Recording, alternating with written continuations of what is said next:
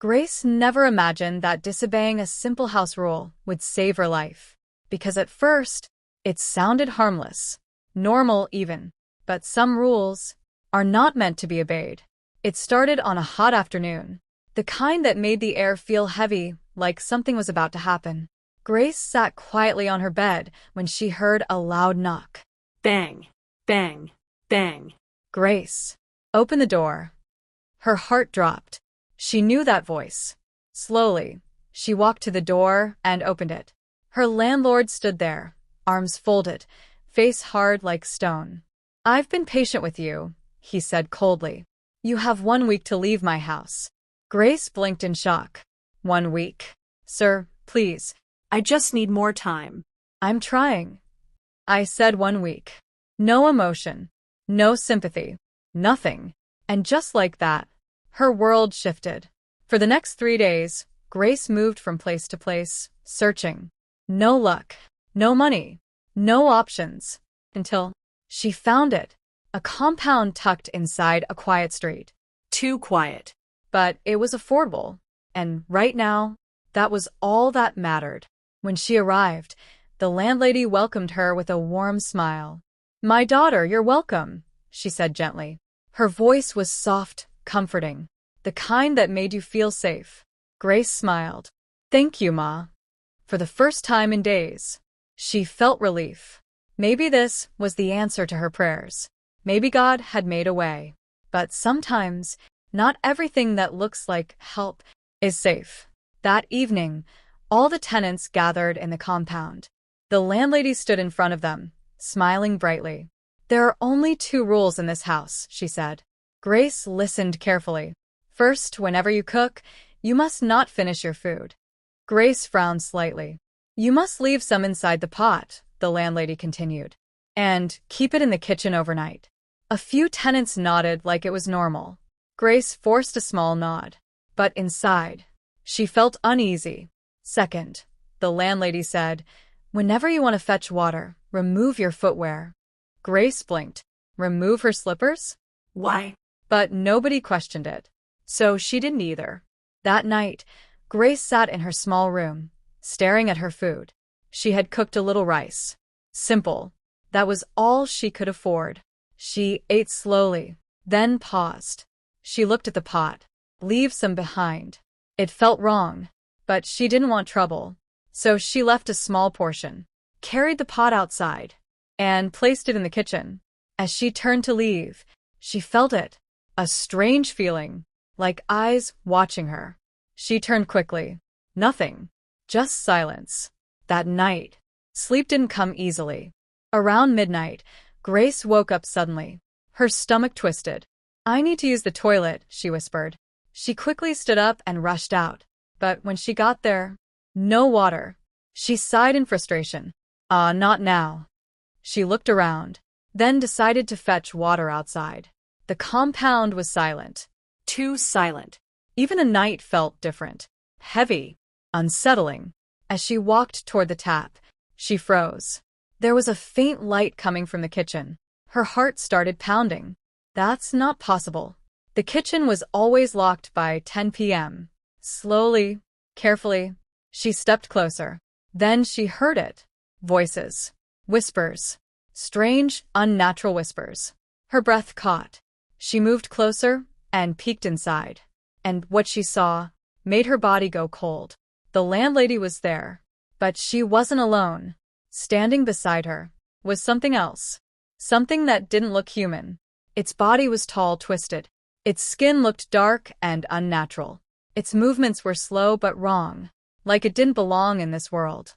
Grace covered her mouth. Her heart was beating so loud, she was sure they would hear it.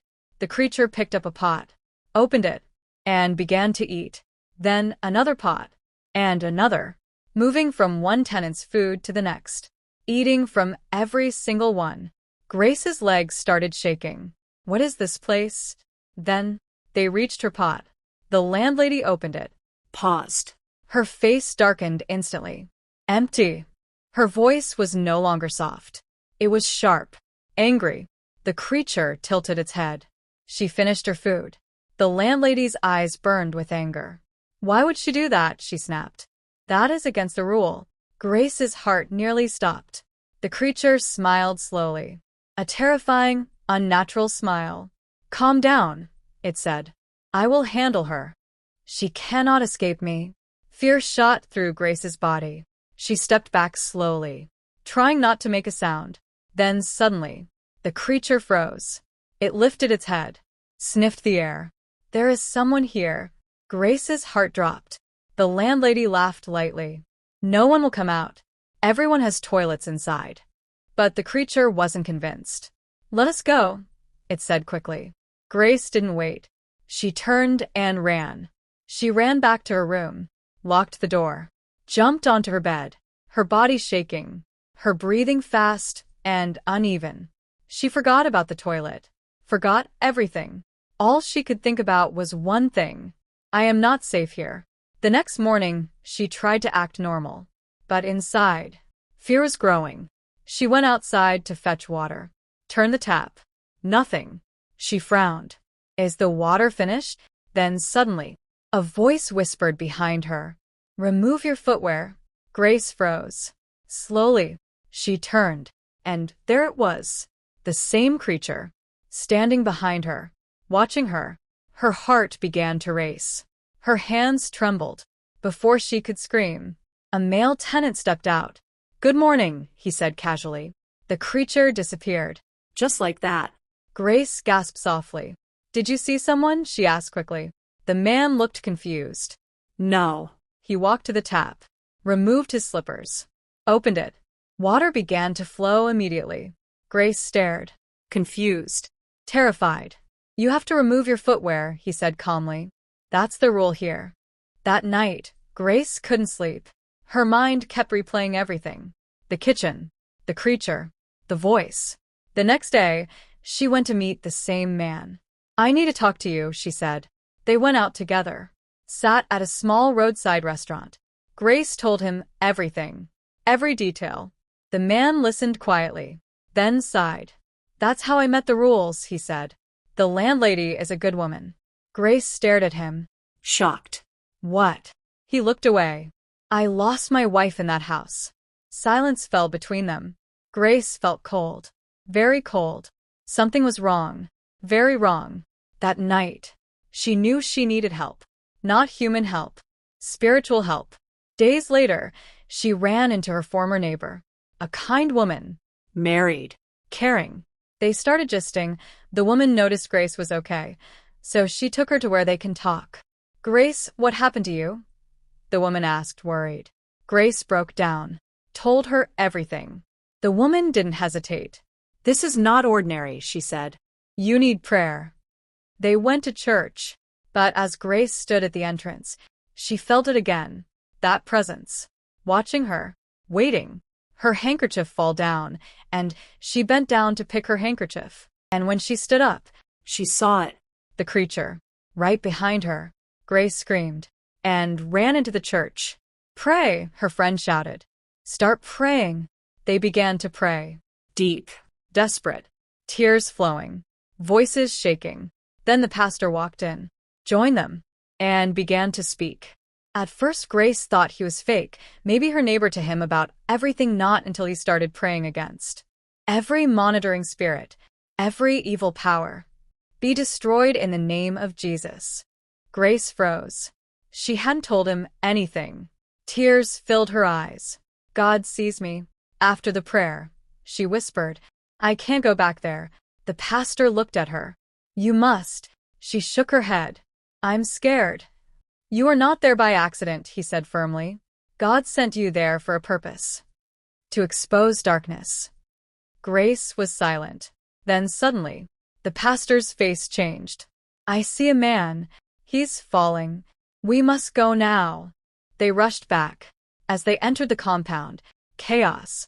People shouting, crying, Running. A man lay on the ground, convulsing, foaming. Grace's heart dropped. The landlady turned, saw the pastor, and screamed, Who brought him here? The pastor ignored her and began to pray. Suddenly, the creature appeared, rushed toward Grace. Fast. Deadly. But just before it reached her, it collapsed and died instantly. A loud cry filled the compound. The landlady fell to the ground, her body shaking violently. Then slowly, she changed. Her young appearance faded, revealing her true self, an old, weak, broken woman. "I will confess," she screamed. Everyone froze. "I use their food," she cried. "When I eat from their pots, I take their blessings." Gasps filled the air. "Their progress becomes mine." Grace covered her mouth in shock.